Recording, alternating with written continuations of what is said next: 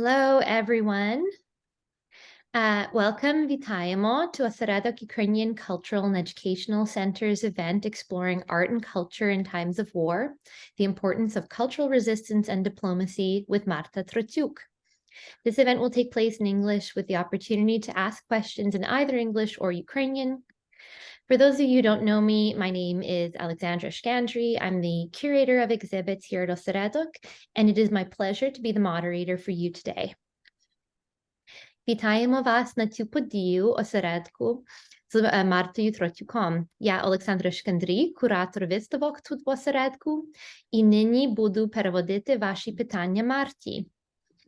Ми хотіли почати з визнання того, що земля, на котрій відбувається ця подія, Вінніпех, чи віртуально перебуває ця подія, є традиційна територія багатьох націй, включно з Анишинабе, Інуак, Анишнуак, Дакота, Дене і Métis людьми. Ми також визнаємо, що Вінніпех підпадає під дію договора 1. Осередок Ukrainian Cultural and Educational Center is located on Treaty 1 territory, the original lands and waters of Anishinaabe, Innuak, Anishnuak, Dakota, and Dene peoples, and the homeland of the Métis Nation. Для тих, котрі не знайомі з осередком української культури і освіти, ми різноманітна організація тут в центрі Вінніпега. Осередок музей, картинна галерея, архіви і бібліотека. Осередок також громадянський культурний центр, в котрому проведені події, курси та культурні програми. For those who are unfamiliar with Osseredok Ukrainian Cultural and Educational Center, we're a multifaceted organization located in the heart of Winnipeg. Osseredok serves as a museum, an art gallery, an archive, and a library, as well as a community center and cultural hub. Programming in Osseredok includes various workshops, educational courses, and events like today's lecture. Today, it's my great pleasure to introduce you to our guest, Marta Trotsiuk. Marta Trotsiuk is the head of the Ukrainian Gallerists Association and the founder of Gallery 101, a virtual gallery and a consulting agency that actively organizes art events, provides consulting services, and represents Ukrainian contemporary art abroad. She's also the co-founder of the Lviv Art Walk and the Lviv Art Guide. Since February 24th of last year, Marta's work has pivoted from promoting Ukrainian art around the world to working on culture against aggression initiatives, a project designed to use cultural resistance as a tool during wartime. Thank you for being here, Marta. Дякую за запрошення. Thank you for inviting. It's a pleasure. Thank you. So, can I start? Yeah, please go ahead. Okay, so nice to see you. Now it's really dark and late evening in Ukraine. Recently I was in Canada, but not in Winnipeg, only in Toronto. And now I'm back to Ukraine. Since the war escalated, I was traveling a lot, and I will tell you more about why and how and what was the reason behind that and my mission, maybe, let's put like this. Just for you to know that generally I'm a person who travels a lot, and the idea of my project is to discover art all around the world, our beautiful and diverse, and to get the idea how art business works, and what is the collaboration can be between social topics in art and businesses and so on. And when I discovered this, the idea is open physical gallery in like a real space, not a virtual as I have now in my native city, Lviv. So now I'm here in Ukraine. As you know, everyone knows that we have war here, and I'm really lucky to be with electricity now and speak to you, talk about some important topics and stories I would love to share with you. So now I will switch to screen sharing and to share my presentation I prepared. In the end of my short speech, we will have opportunity to speak. Maybe you will have questions. Please use the chat here to ask me. And in the end of the speech of this online event, I'll be more than happy to answer your questions. So let's try to share the screen. And Alexandra, I will ask you to tell me if you see my screen and the presentation now. Is it visible? Yeah, I can see you. For the attendees, I don't know if anyone, yeah, okay. Okay, thanks so much, Marta, go ahead. Thank you. So, as I told already, a short intro about Gallery 101. The story of my project started a little bit more than 5 years ago, and the mission, so my project is really social. It's not only about art business and selling art, it has its meaning and ideas and mission. So popularization of contemporary art and developing of art market in Ukraine is one mission, but also I work, especially since the war escalated, I work on a cultural diplomacy. So that's my second social mission, is to tell about Ukrainian art and Ukrainian culture abroad in different countries. When the project started, I've been already to 86 countries all around the world, but I started my project later than I started to travel. And within this project, I visited 33 countries and I discovered art and art spaces in 59 cities. I do the small statistics just for my project as a storytelling and just to track my progress, track my experience, and share it then with my colleagues and with other people, because on the social media of my project Gallery 101, you can see a lot of Insta stories, a lot of blog posts, and so on about art in different countries and culture also. And it also helps me to share my experience with my colleagues, with many Ukrainians who are not be able to travel as I do. And first, I want to start with a story of the beginning of the war in February, when this terrible invasion happened, full-scale war. And actually, I didn't know at that time.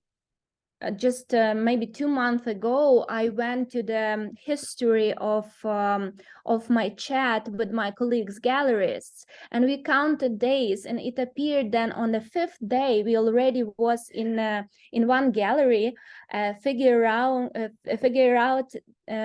figure out the way we can communicate and do our cultural diplomacy and figure out what can we do as gallerists, as a cultural representatives to help our country. So that was our mission. And I would love to share with you a short video made by my husband. He's really a pretty known blogger and influencer and now war reporter in Ukraine. So that's a small video which was filmed on the 5th day of the invasion. While we had so many air alarms and we needed to go underground to hide because the chances of missile attacks was really high at that time. So that's a 5th day of the full-scale war started in an art gallery which became a refuge at that time. And now I will switch on. Where are we? We are in a gallery in Lviv, a city. The name of the gallery is Ya Gallery. And right now here is I would say like a small refuge for people who came from Kyiv, for example, or from east of Ukraine. And also with the other galleries where what can we do in terms of culture and art to provide this cultural diplomacy and to talk to other cultural institutions all around the world for them to support us with the war with Russia, right? With the aggression. So can you give us a tour here? Hello. Gallery. Hello. Hello. I'm Vladimir. Nice to meet you. We work with a petition communique about the culture, against the culture propaganda. I would like to add that Volodymyr is one of the co-founders of one of the. Okay, I will stop here. I hope you had a chance to hear a little bit, and then now I will tell you more. So that's Polo Hudimov. He's former guitar player of Okeanelze. Probably if you're Ukrainian, Canadian, you know this band. It's really famous. And now he is a famous gallerist. And we were in his gallery, and as maybe you've seen, it was on the background. Now you can see artworks, but on the floor it was mattresses and you know, like just people's belongings there. It was very weird feeling to be inside the space that you know, that's supposed to be really all about art, but it was about people who try to escape war. So, and then on the table, it was two other galleries, and we were working, communicating with our Ministry of Culture. And at that day, and that day, actually, let me see, how can I switch the slide? Yeah, at that day, we registered a Telegram group, Culture Against Aggression, and we invited influencers, cultural influencers we knew. Not only galleries, but also we know some people who are making films, musicians, representatives of cultural institutions like museums, art centers, and so on. And those people start to invite other people. Also, what we did, we also, so that's the group. It's still functioning. It's not that active now as it used to be first 2 months of the war, when everything was so hectic and you have to be very quick doing your job and communicating and so on. Now we have a structure, let's put like this, in cultural and art field. People know already what can they do, and they have their niches. But at that time it was a chaos. So this group helped many people to figure out like common messages and ways we can interact with our colleagues abroad, and ask them to put cultural sanctions on Russia. Because, as you know, many sanctions implemented already. So there are economical, political sanctions in sport, but it was really crucial to do cultural sanctions because it's also informational field, and through culture goes a lot of Russian propaganda. So another thing we started that day, which you've seen on the video, it's the petition with the Ministry of Culture. And now you can find this petition if you scan QR code I prepared here to your left. And this petition was translated into 22 languages. You can see also the list of the languages to your right, and it was democratical, really nice explanation, and like a message asking our colleagues to put cultural sanctions. But it appeared when the time passes, maybe 2 weeks, 3 weeks, we faced another problem, that maybe this message, this petition, it's not enough, because we need to put some more into words what we want from our colleagues particularly. And then we decided in this community that we can do informal letter, more constructive, more informative, more straightforward.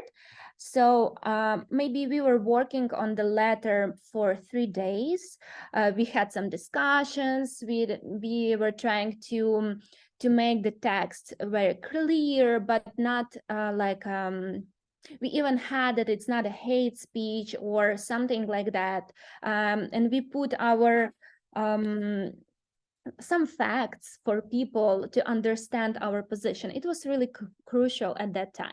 So then we also translated this into, I don't remember how many languages, a little bit less than 22.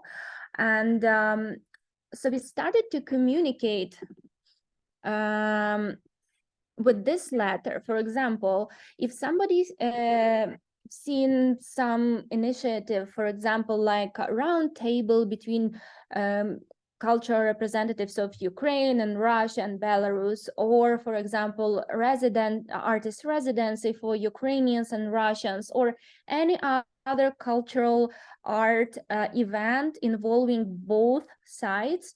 We were trying to react on that and send our letters with the explanation why why we believe it's appropriate now.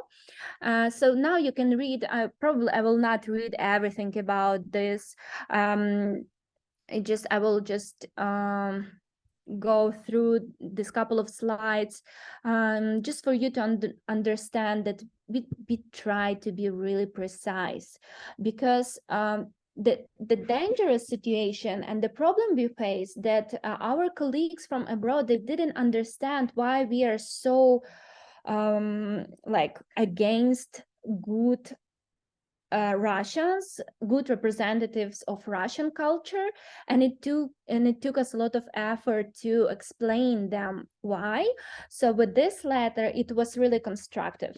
And then I will tell you maybe some of my arguments and something that I usually tell to my colleagues abroad when I travel, or I have public speeches or some interviews.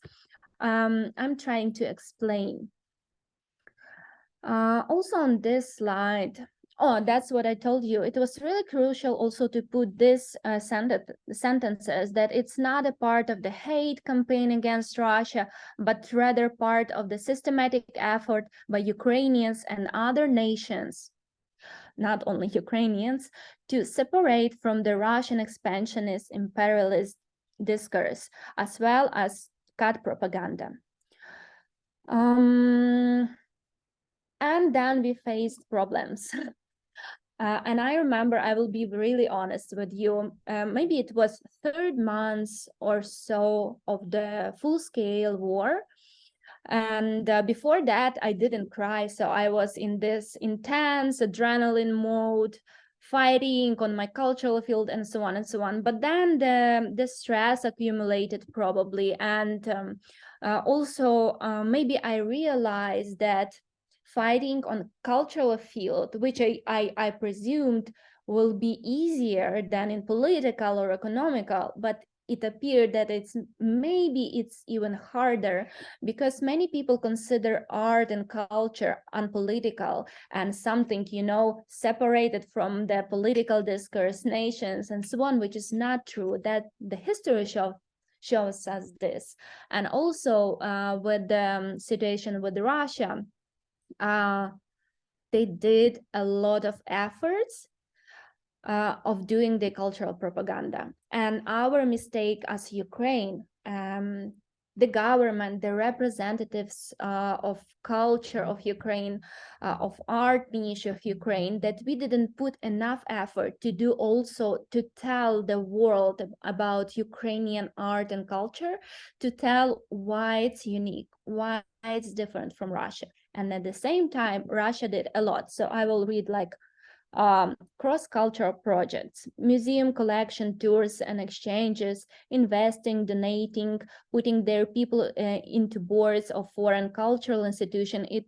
It's really because, as I told on the first slides, I travel a lot, but I'm not only visiting art gallery and spaces, I'm meeting galleries. I'm going to art fairs, art biennales. I read a lot, I study a lot, and I see it now then live, and try to understand from the deeper side. So that's why I know, because I've seen it, that Russia did a lot of their efforts to be inside of many institutions. One example I will tell you, just before, it also was February, I believe, just before the war started, I was in Budapest. I went there for a couple of days. I had a great time. I love the city. Maybe some of you been there. So it's beautiful, historical. They have nice heritage. They have nice museums like Ludwig Museum. And then I was on the big exhibition from Monet or Cezanne Malevich. I'm sorry, I can be a little bit wrong. From Monet to Malevich or Cezanne to Malevich. And it was last day of the exhibition. I was lucky to go there. And usually I read a lot of, so if I like the exhibition, I read all the texts and so on and so on. So I study the exhibition. And then when I was reading, I was so pissed off because they make this references to Russian philosophers, artists, cultural representatives. And I was like, why Russians? Why Russians here so much? Yeah, maybe because of Malevich, and we still need to fight him back because we believe, at least with the Ukrainian art historians and colleagues, that he's supposed to be Ukrainian, not Russian. So that was the only one example, but we have many of them that Russia put a lot of effort. So on the 3rd or 4 months of the full-scale war, I realized that it's so hard to explain people and ask them to be really strict now with the Russian cultural representatives, because they don't want, and you try to explain them, you try to, like give some facts, something, but sometimes it's really almost impossible. And because I am a creator and moderator of that group, Culture Against Aggression, so I see all the messages of this appropriate events which are trying to put together Russian and Ukrainians, and some of them I believe sponsored by Russia, because it's obvious. So they do even their cultural propaganda now. So that's why it's really hard to fight on this battlefield, but not impossible, because we keep up. I believe Ukrainians are amazing. I hope you also believe in that. And yes, many people, they needed to leave the country. Many people who work in the art and culture niche, some they just evacuated, some they don't have where to come back. Many people who has, like me, their home, and hopefully my city will survive, we stayed here, and we fight on our battlefield. So mostly what I see, because from February, I've been to some countries, especially I've been to Croatia, I've been to Poland, I've been to Hungary, I've been to the country I didn't want to go, it's Serbia, and maybe you know that it's really pro-Russian country, but I've been there when was the war, when still it's already was the war here. So I went there with my husband intentionally to see the atmosphere, and I went to a museum there. It wasn't obvious propaganda there. But people and all the graffiti you see on streets and so on, it's really pro-Russian. So because I travel a lot, I've seen that those countries who didn't have any bad experience with Russia, or they are far away, or they didn't have any something, you need to explain them why they should ban Russian culture. But those people who had problems with Russia, or who has similar problems with other countries and so on, or who had a war like Croatia, you don't have to explain even them. They support you. It's such a big support. I will tell you more about that, because that's amazing. So our job now as a cultural representatives to explain those people from those countries who still don't believe that the Russian culture, especially now, it's dangerous in terms of propaganda. We need to explain them. So that's the main job we are doing now. Also interesting website, the source about cultural losses of Ukraine. You also can scan this QR code I prepared for you, and you can go to the website and you can see on your left side, I hope it's left side. I'm not sure if you see the presentation the same as me. It's city Lviv. It stands on the west of Ukraine, and you can see that we had some damages, but basically you can see on the map that other regions, especially Kyiv and east and south of Ukraine, is the most damaged. And just recently I've heard the stories how in Kherson, which was deoccupied recently, they stole all the collection of art museum there and so on. So it's horrible what they are doing. So they are destroying intentionally because as we believe, and most of people who study this war, let's put like this, they believe that Russia, that the aim of Russia is to destroy us as a nation. And how you do it? You destroy everything related to culture and to history of the nation. So our future generation don't have this heritage, don't have memories, proofs. That's why they target archives, schools, museums, cultural institutions, and so on and so on. That's a couple of photos of my city. On the first photo, you can see the evocation of the collection of National Art Museum in Lviv.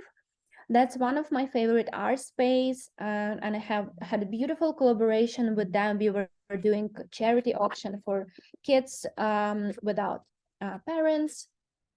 Now, the main collection, the most valuable collection, it's hidden.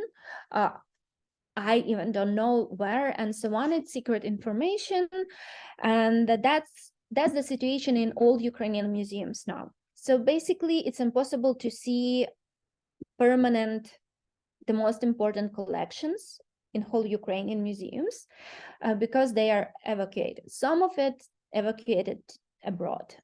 Some of it, I don't know where, but it's hidden in order to preserve.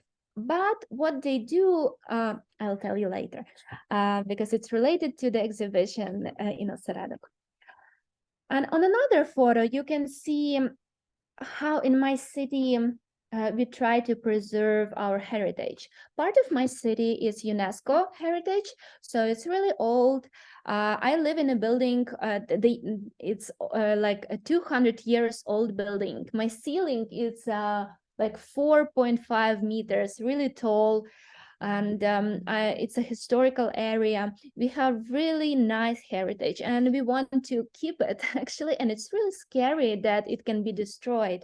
So you can see that buildings had this special constructions, and then the most valuable pieces of art, they are also kind of protected.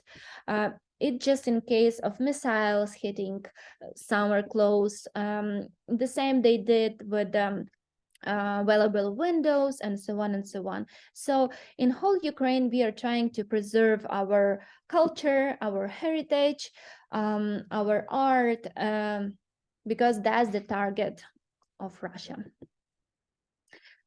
A really good initiative is, I would love to talk. Now in Ukraine, many nice initiatives popped up and they grew because it was a necessity to do something and to be effective. And this one is one of the most important one, I believe. It was we have in Lviv, we have Museum of Terror, because we had a really big ghetto, a Jewish ghetto here.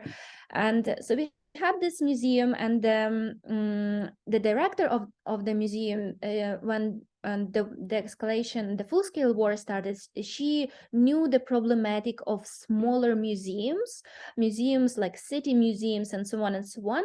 And she knew, because she was in contact with her colleagues in the east and south of Ukraine, and she knew about horrible situation with everything, what they are facing there. And you can imagine that Ukraine, it's not Canada, but it's still the biggest, if we don't count Russia, which is not fully fully Europe, Ukraine is the biggest country in Europe. So that by territory it's big and it's spread around, and we have small cities, villages, towns, and they have their cultural centers and museums. And we have like important national museums or region museums. Those national and region museums, our government, they care about them, so, and they have more finances, but we have many other museums which are smaller, and they left without almost nothing, especially first months of the war, where, when everything was so hectic.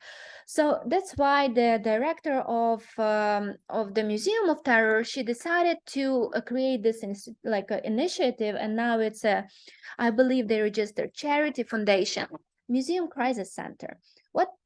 So they raise money to help smaller museums in Ukraine to survive. And they have their statistics, they are pretty clear, they do their reports and so on and so on. So that's the great example how like cultural society reacted to full-scale war. Also, what was really important is talking out loud about the situation. That's only mine. I put here like for visualization my examples of some talks like I'm doing now, but all my colleagues, which are pretty public, and they do public speaking, they did before, so they're really active of doing the same. So talking, explaining, doing this informational, cultural but informational field. For example, here I was also telling about war and the importance of sanctions. Some of them, my lectures, speeches or interviews was in English, some mostly in English actually, some in Ukrainian, but in Ukraine everybody knows everything. The importance is to speak outside of Ukraine, and I hope I explained you reasons why. Also what cultural community did and doing now, not only cultural but people all around the world and diasporas, and they are doing donating and volunteering, because if you need to, sometimes you need to be very quick, and applying to foundations, fundraise and so on abroad, it can take some time. But you know, living in the wartime, mostly you don't have time. Sorry for this repeating time, but it's really like that. So you don't have time, you have a problem and you need to solve it. So you can see many examples of how Ukrainians handle this, how we bought our satellite, how we buy like all the technique for army and everything. That's amazing. The same we do in culture. So we donate, obviously, for example, for Museum Crisis Center, some people donate for army, some people donate for kids who left without parents. Everyone has its niche and the preference where to donate. So what I did, again, I'm telling about my experience because that's what I can tell you 100% from the first side.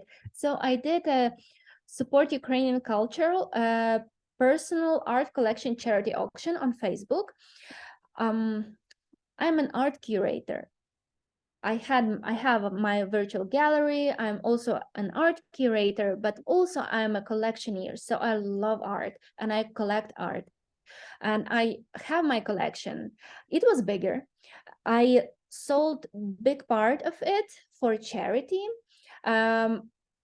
Maybe, as I believe, 50% of the money I raised, I donated to Museum Crisis Center to help museums. I invested into cultural diplomacy projects. Some of them, about some of them I will talk. So that's That's what people do, and also a lot of artists, they donated a lot of artworks for charity. Now it's more systematic. Now it's more how should I say? It's still active, but not that urgent. Let's say like this, and we can do maybe not online but offline nice events, because now we have a structure after that many months of war. Also, what's very important is to represent Ukraine on international level. That's a big part of my job I'm doing now. That's the biggest part, actually. So even now, I'm representing Ukrainian art, but I'm talking about this. Also, another project is showing Ukrainian art abroad. Two nice examples, my recent cultural diplomacy projects. It's one of them, they were like in late, they started from September, I believe. So autumn was pretty intense for me, and the end of the summer, because I had these two huge projects. First one is Taiwan Annual. So that was the project with Taiwan, and another with Croatia, Art Zagreb. And I will tell you a little bit about those two projects, just to you to understand the how it looked like, this cultural diplomacy from the inside, let's put like this. What can be done by representatives of culture to promote Ukrainian culture. Taiwan is really far from Ukraine. I hope you know this country. That's one of my favorite countries. I love this country. I've been there only once before, 8 years, and it was funny but not funny. But at that year, it was 2014. And maybe you know that the first invasion started there, and the annexion of Crimea, and actually the war started then. So I was at that year, I was in Taiwan, and then I came back this year. So crazy. So what was the project in Taiwan? It was with the collaboration of Association of Visual Arts. It was with the support of their Ministry of Culture and a Taipei representative office in Poland. They helped a lot to get us visas, because we need a visa to go to Taiwan.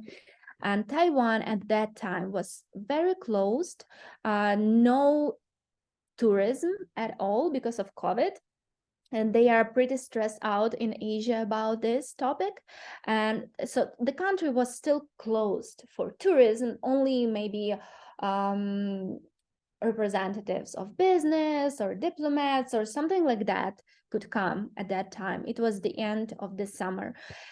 But because I had beautiful partners there, which I meet online, I was searching for representatives of culture in Taiwan intentionally, because I knew that they have kind of similar situation with China. So it's also in some way, you know, it's similar. And I knew that they are interested and they are helping Ukraine. So I decided to communicate with them on this cultural level.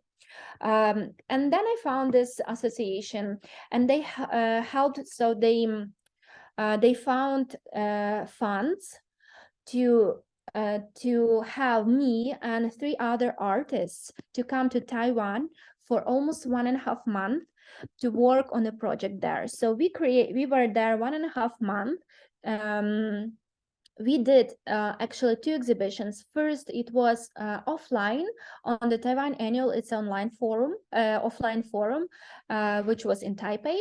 And the second, it was really great for me, a unique experience in metaverse. It's really new now in art, and that was nice to have this virtual one, because you can share it with anyone, and people from all around the world can see it in virtual space. And the artworks and artists were different there, because I can take to Taiwan only girls, women, because all the men, they can't without super serious purpose to leave the country. They have to stay in Ukraine just in case if they can be called to the battlefield to defend. So I came there with 3 artists, 3 girls and 2 male artist representatives, 2 men artists I represented on that metaverse version of the exhibition. It was really intense because it wasn't just, sitting in a studio creating exhibition and so on. We had really nice meetings with directors of art museums, with the representatives of cultural centers, with the other artists, but we went to many art spaces. And what was amazing that you see that people are willing to talk and they are so curious, and their questions are very smart and intelligent. And also they asked me about how do I think they should do just in advance, just in case the similar situation can be in their country. So they are really supportive and really interested in our situation. So that was a great project, a great example of collaboration between 2 countries, between art representatives of 2 countries which are so far away, but they have something in common. And this something is not culture, is not, like economical or anything urban. No, it's kind of political situation and some threats. And another is Terra Ukraina at Art Zagreb. Art Zagreb is art fair. As I told, Croatia very supportive to Ukraine. They try their best to support, and we were in Croatia with my husband maybe 4 times since the full-scale war started, because they have charity organization, and we help this charity organization from Croatia to communicate with Ukraine. And then I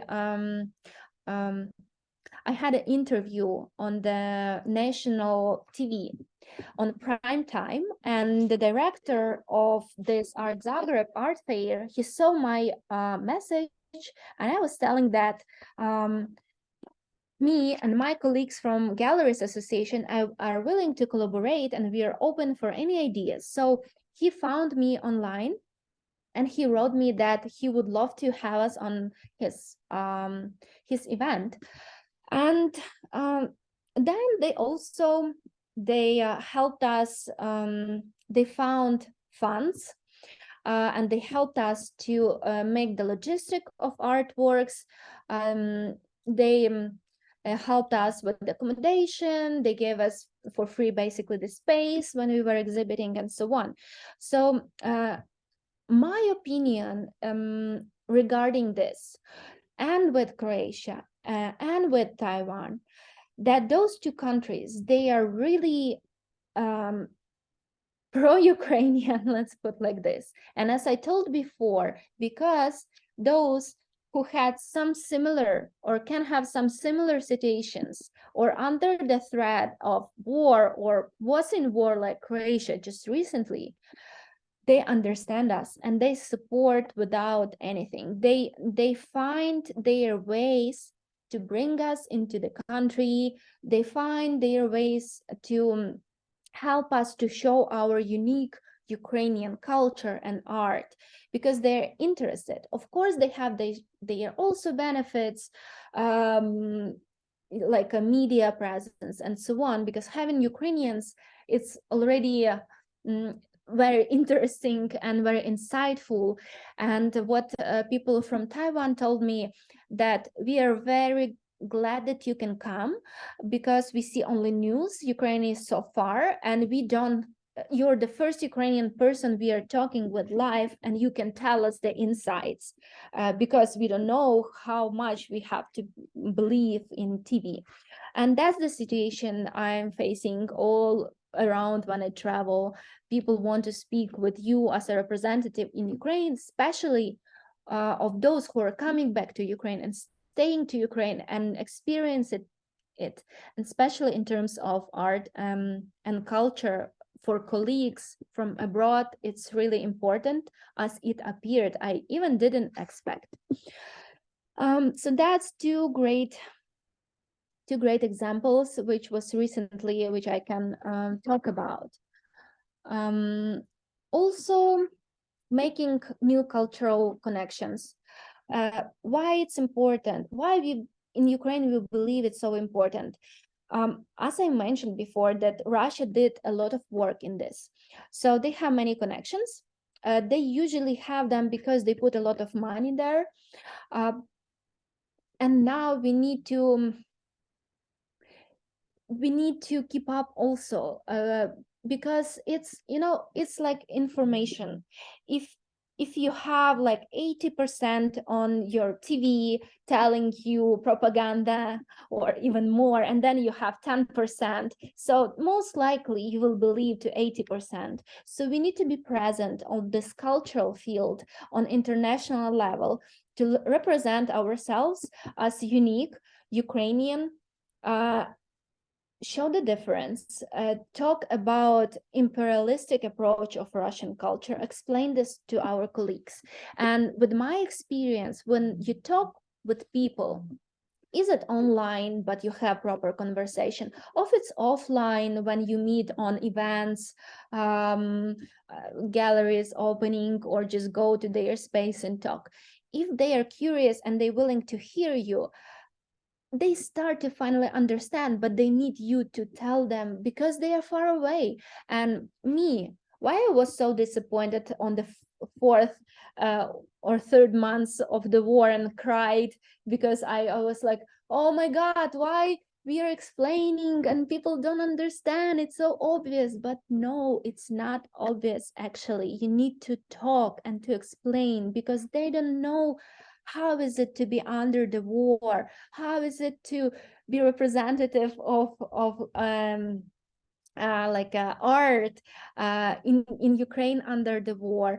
What are the problematic of cultural propaganda? What is the problematic of supporting good Russians? But when you explain them, it works. They understand, because now they have you, and you put it into words in proper order with some sense in these words. I will briefly, maybe only telling you. So on the left side, you can see a Taiwan experience. On the top left, we were in a beautiful Space VT art salon. They are really old. They are 20-something years old. Art group, let's say, like this. And you can see a Taiwanese woman there.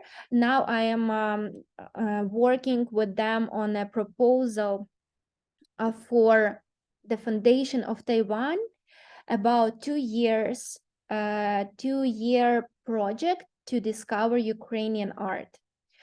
It's a research with the exhibition in the end, book, and so on. So please, fingers crossed for me that that it will happen.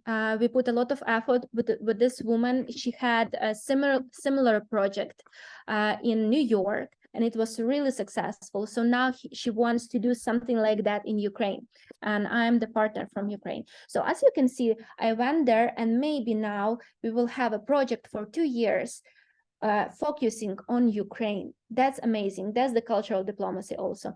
Then you can see somebody giving me a book. We are in a ceramic museum, amazing museum in Taiwan. And on the right side, it's a director of museum standing. Then I'm shaking hands with the director of Museum of Contemporary Art, amazing space, my God. And then we went together to have a dinner. So they are so open. They are willing to have dinner with you and talk. And you see, even if they are on the high position. And when you see 5 people and some flags, it's in Poland, the the head of the office, because they are not allowed to have an embassy. So you can say that's the main representative of Taiwan in Poland or east of Europe, and he met us before we went to Taiwan, gave us our passports with visas, gave us presents, and wished us good luck. And it was amazing. Even on the diplomatic level, they greet us as a cultural representatives. And on the right side, you can see from Zagreb some photos with the director, with the cultural influencers, and then my photo from the panel I had with the auctioneer from Romania and local historian from Croatia. And now I would love to talk a little bit in the end of my exhibition presentation about importance of projects organized by Ukrainian communities abroad. It's really important because we have strong communities in many countries. Actually, because I've been to so many countries, and when I travel, I don't do like lazy tourism. I do discovery. So I talk with people, and I often meet Ukrainian communities, and I was amazed, and I can tell you from my side that we Ukrainians are all around the world, basically. So not only those Ukrainians who are staying in Ukraine or emigrated just recently, but those whose parents emigrated or who, for example, consider themselves as Canadian Ukrainians, for example, can do a lot to help Ukraine in cultural field, a lot. And that's what Osaredok is doing now, which I'm really glad, and I'm really thankful for that, because you're doing the same basically in your institution. You remember maybe on the slide it was shown with evocation of art. And I told that that's one of my favorite art museums in my city. So now, maybe even still they have. It was for a couple of months. They opened not permanent but a temporary exhibition of Maria Primachenko artworks. One collectioner who collects Maria Primachenko a lot, he was willing to show his collection because everyone knew that art can help ease all these negative emotions and adapt a little bit. That's why we did, for example, special programs, free art walks, tours, and so on for those people who moved to our city from other regions, who flee their homes, their hometowns, home cities to Lviv, seeking for better situation. We did many free art events to help them to adapt. And also the exhibition was opened by Maria Primachenko, which her artwork just amazing. I hope you've seen them. If not, please go to Osaredok and see their immersive art exhibition. You will see a lot of artworks of Maria Primachenko, and you will understand why I am telling that her artworks can really help on the even emotional and psychological level to be more on ease, to feel yourself more comfortable. Her artworks are complicated. They are bright and childish like often, but because she is representative of naive art, right? But at the same time, the code of Ukrainian nationality and some folk and some messages she puts inside her artworks, they just amazing. And if you see them,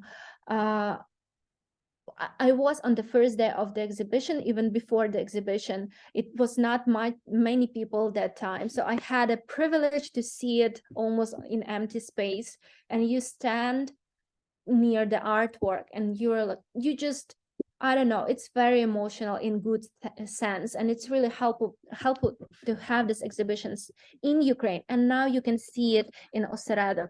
And I believe it's the combination of Taras Shevchenko artworks and Maria Primachenko is really good. And I'm also glad that you have some project about Ukraine, Land of the Brave, of contemporary art and like of photography and so on. It's really available also. So in one hand, you can see our more like a heritage and the uniqueness of Ukrainian art. And on another hand, you can feel how Ukrainian art is living now, what are the situation now, and so on. So, and yeah, I put also a QR code to enter Oseredok website and to see more details about the exhibitions. And I encourage you, if you're in Winnipeg, to see the exhibition if you will have this chance. It's really good. That artworks, I believe, I would love to see it also. So yeah, basically that's it. Maybe you have some questions. I will be very happy to answer them. Now I will stop screen sharing and will be glad just to talk with you, answer your questions. Thank you, Marta, and thank you for sharing a little bit about your initiatives and for speaking so highly of Oseredok. We'd love to have you in Winnipeg sometime to see, Primachenko, but also everything else. So an open invitation. But to start things off, maybe I'll ask a little bit of a question, because you sort of talked about Taiwan, Croatia, and many of the countries that you visit already understanding from their own historical past a little bit about the importance of cultural diplomacy.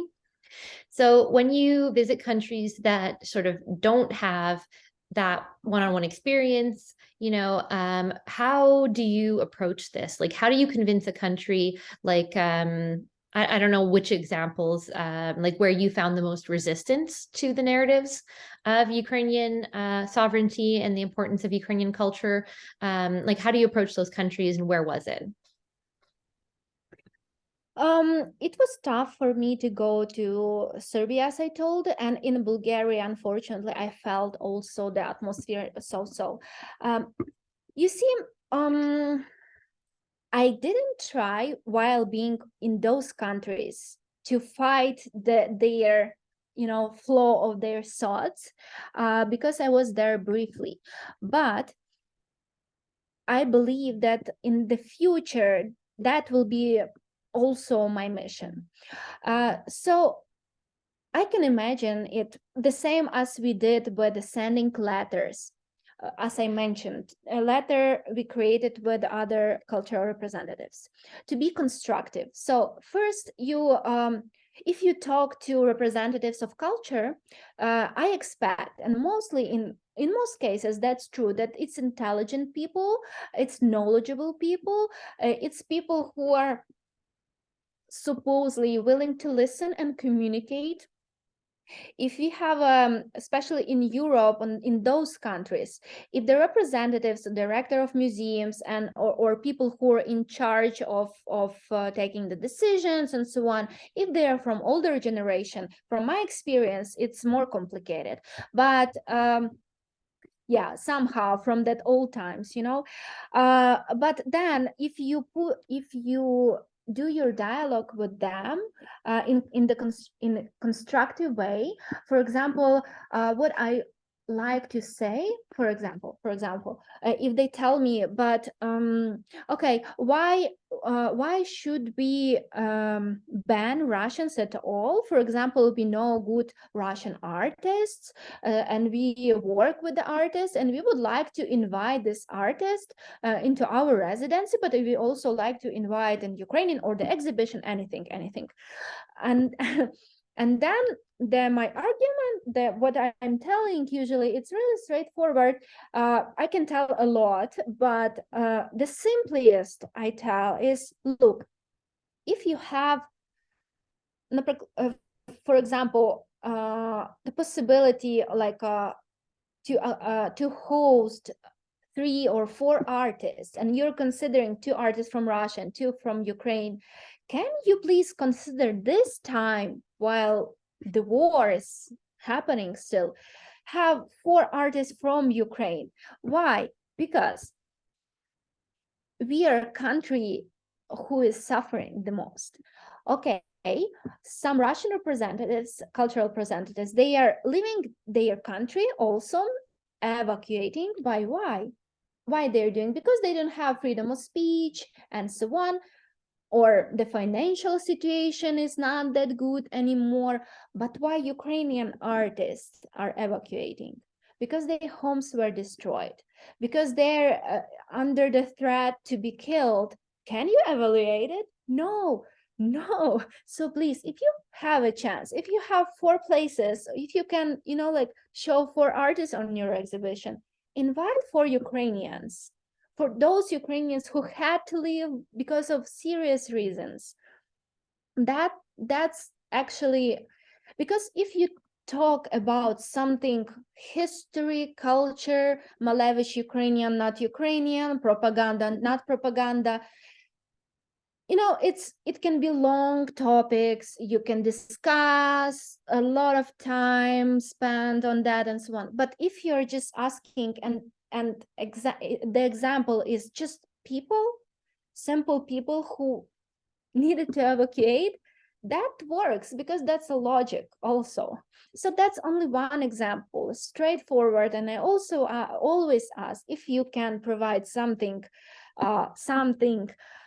provided for Ukrainians now, because we are really suffering. We are under the threat. We are not started the war, and we are not continuing the war.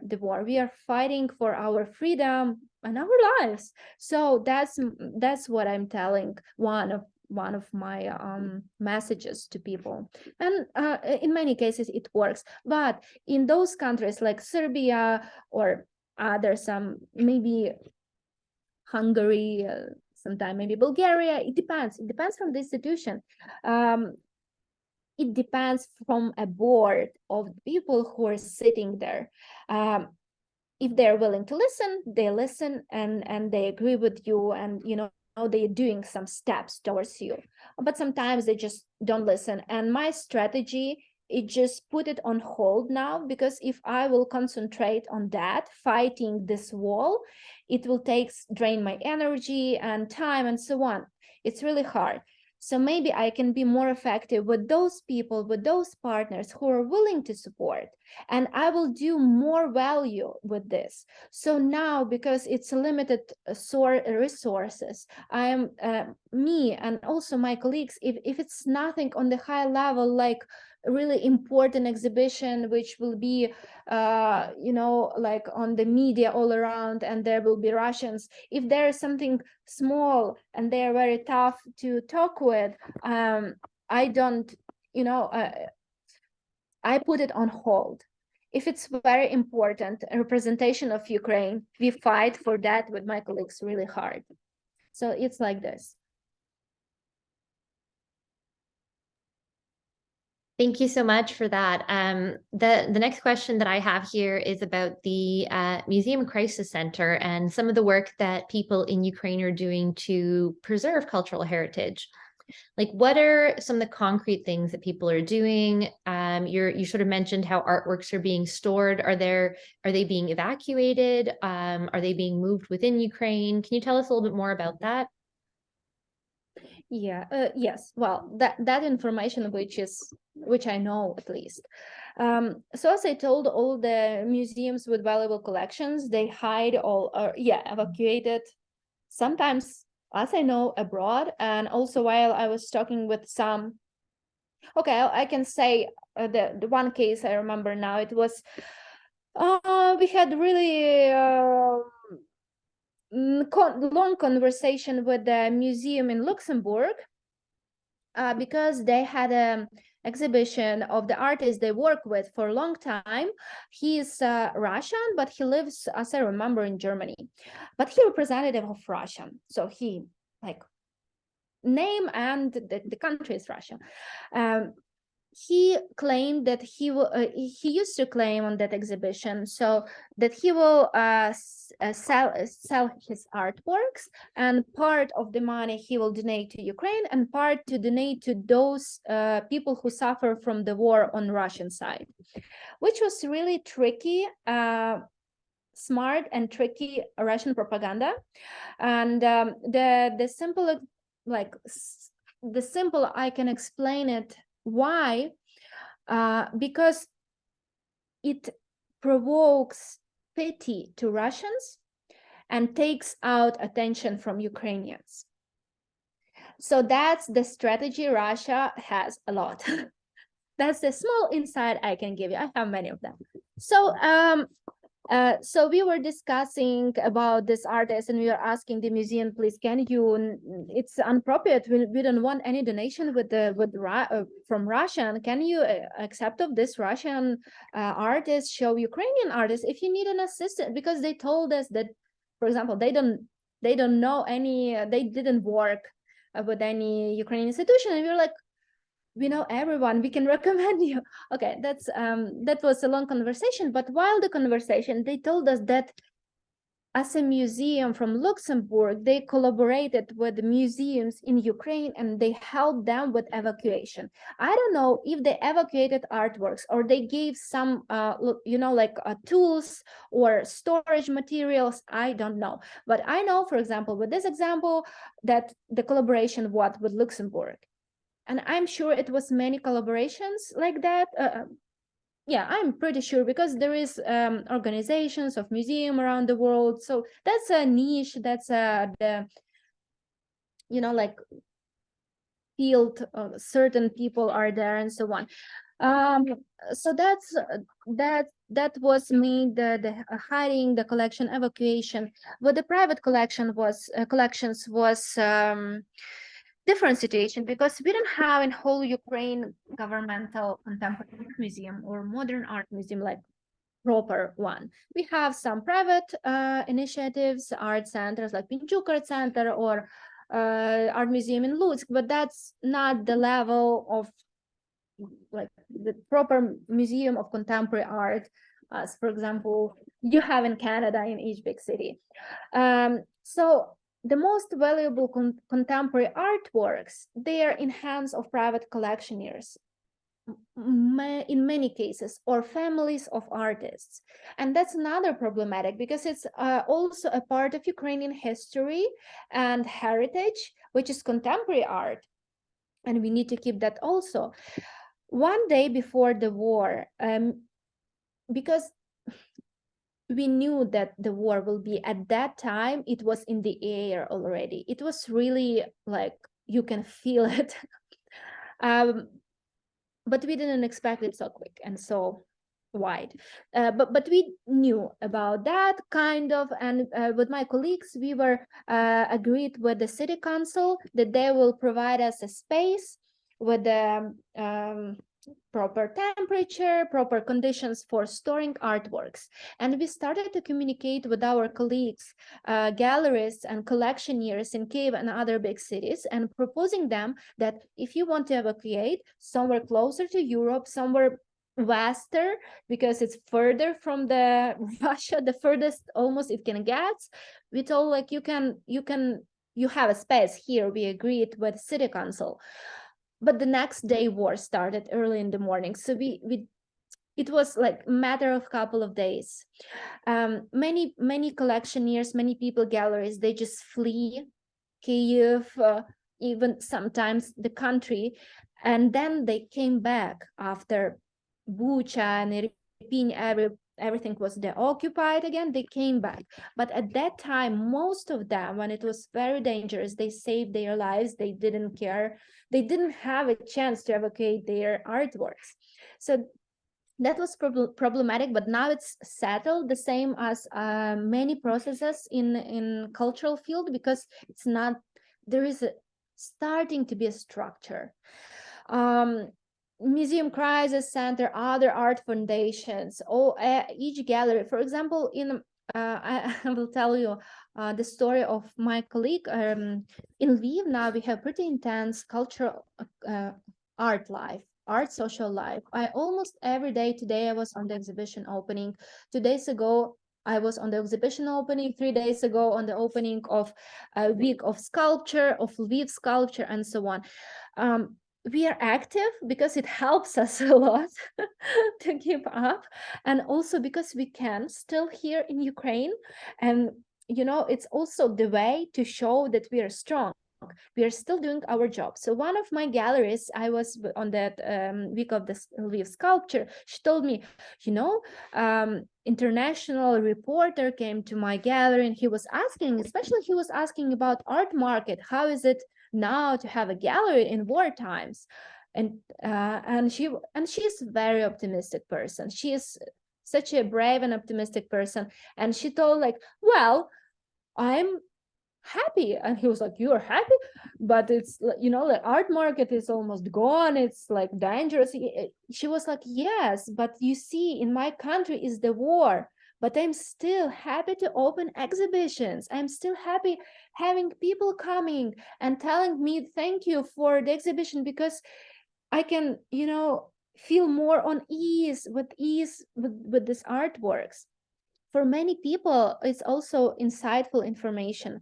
For many people, because also in my city, we have festivals, small ones, but still we had a festival of art and wine recently. But some people, it's tough for them to attend noisy events. So, but they still need this intellectual, this sacral, like experience. And in galleries or in museums, they can get it. They go inside their silent day and artworks, and they feel this themselves better. So also each gallery which opens exhibitions contributes to the country, I believe. They just keep up doing their job.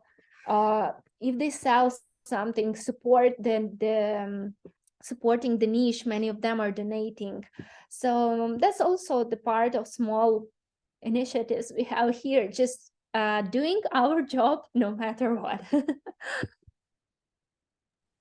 Thank you, Marta. We have a bunch of people who have, expressed their thanks and that they're very grateful to have had the opportunity to talk to you and to hear a little bit about you. And running a little bit over, but the last thing I wanted to ask was for people here who are asking, like, what can we, as people who live outside the borders of Ukraine, who are big supporters of Ukraine and want to do something, like, what is the best way? What is the one thing you want us to take away from this, and what can we do?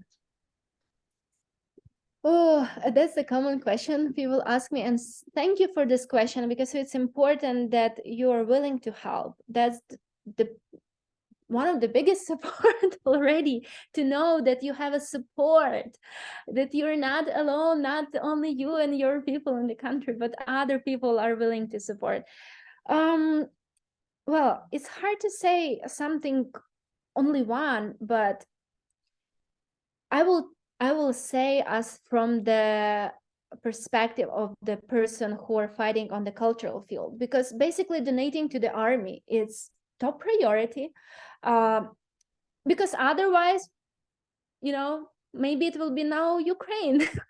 But if I ask you as a gallerist and art curator, if you can help us on the cultural informational field, spreading the word about Ukraine, looking for possibilities to share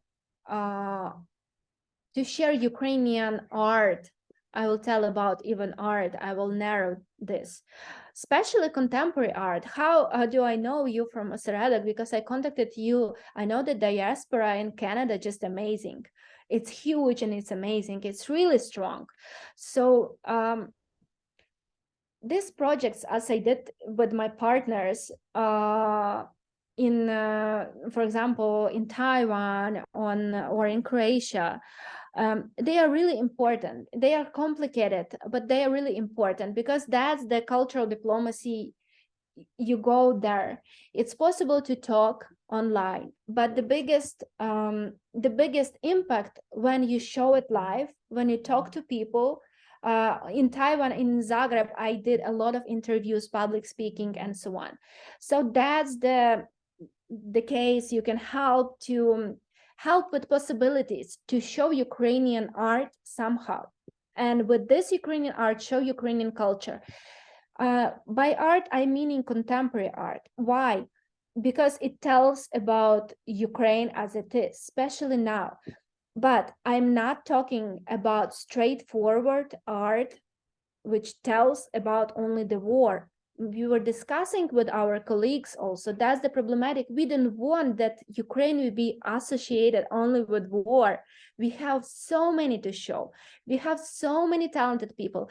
Now, when people from other countries, art curators, they start to, or historians, they start to discover Ukrainian art, they are shocked. And it will be, I hope, I can predict it will be a big boom of Ukrainian art discovery. So if you can help somehow to show Ukrainian art, this will help fight Russian propaganda and distinguish Ukrainian from Russian.